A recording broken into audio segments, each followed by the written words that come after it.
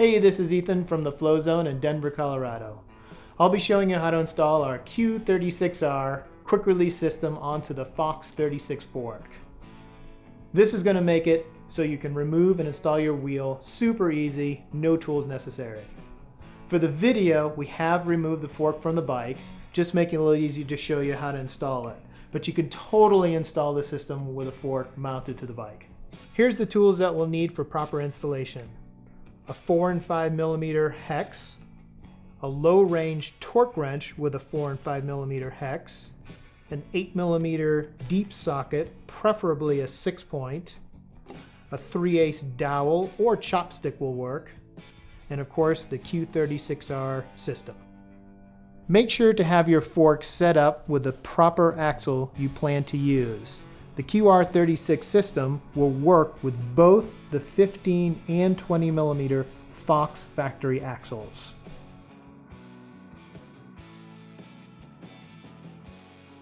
Okay, for the next step, we're going to remove one of the factory pinch bolts.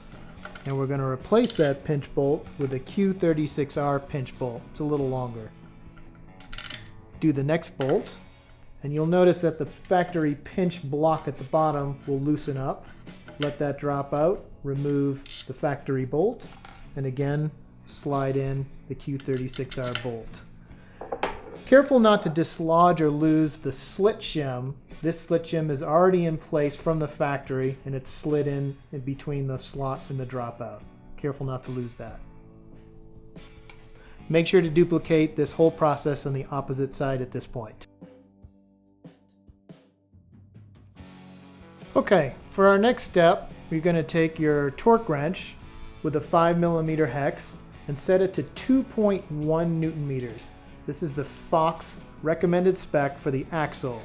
Now go ahead and torque the axle until it clicks.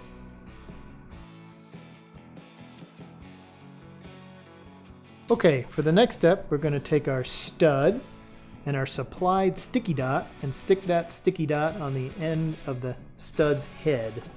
Now you're going to take your dowel and stick those two together. This just makes it a lot easier to get it slid through the opening here on this side. But we're going to slide the whole assembly through the opposite side of the fork. And just wiggle that until it pops through. Leave the stick in, we're going to use that again. Now, taking your preload lever, place that and applying a little bit of pressure to the end of the stick. Put the lever on till it's facing back or upwards. We don't recommend placing the lever facing forwards. In case of a crash, you're going to do some damage to it. We like to see it placed backwards. At this point, you're going to take your 8 millimeter socket and your 8 millimeter nut, drop those in, and again, applying a little pressure to the stick, get that nut started. Applying a little bit of pressure just to get it started.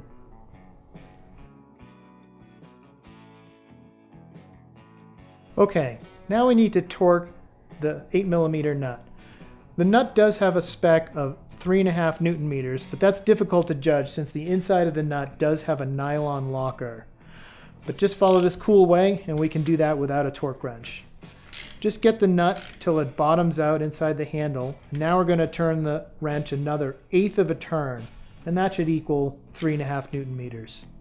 Now go ahead and remove the stick. Just give it a little twist and that should grab the sticky along with it. If it doesn't, not a big deal.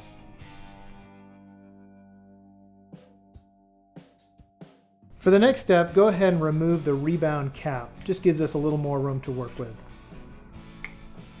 Grab your QR lever and your pivot pin and slide those two together.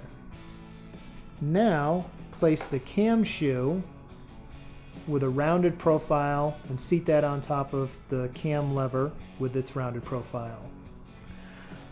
With your 4 millimeter wrench, slide this whole assembly up to the bolts. This may be a little tricky in getting that first bolt started, but get that started into the pivot pin. And just get a little torque on it. Now go ahead and do the second bolt. Now repeat this same process on the opposite side.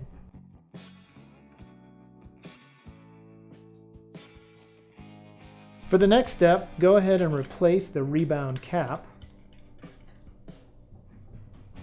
And with the QR lever in the fully upright closed position, take your torque wrench, set that to 2.1 Newton meters, which is both our spec and Fox's spec for the factory pinch bolts. Torque each bolt. Alternate as you go until you get that torque. Make sure to do this on the opposite side. At this point, you can release the QR lever and close it, and do this a couple of times, and that will just seat everything on the fork. Again, in the fully closed position, take your torque wrench and reset the bolts to that factory 2.1 Newton meter spec. Alright, now that your Q36 system is installed, here's how she works. Release both levers, unthread your axle, and your wheel pulls right out. To reinstall, just get your wheel back into the dropouts, thread the axle into place,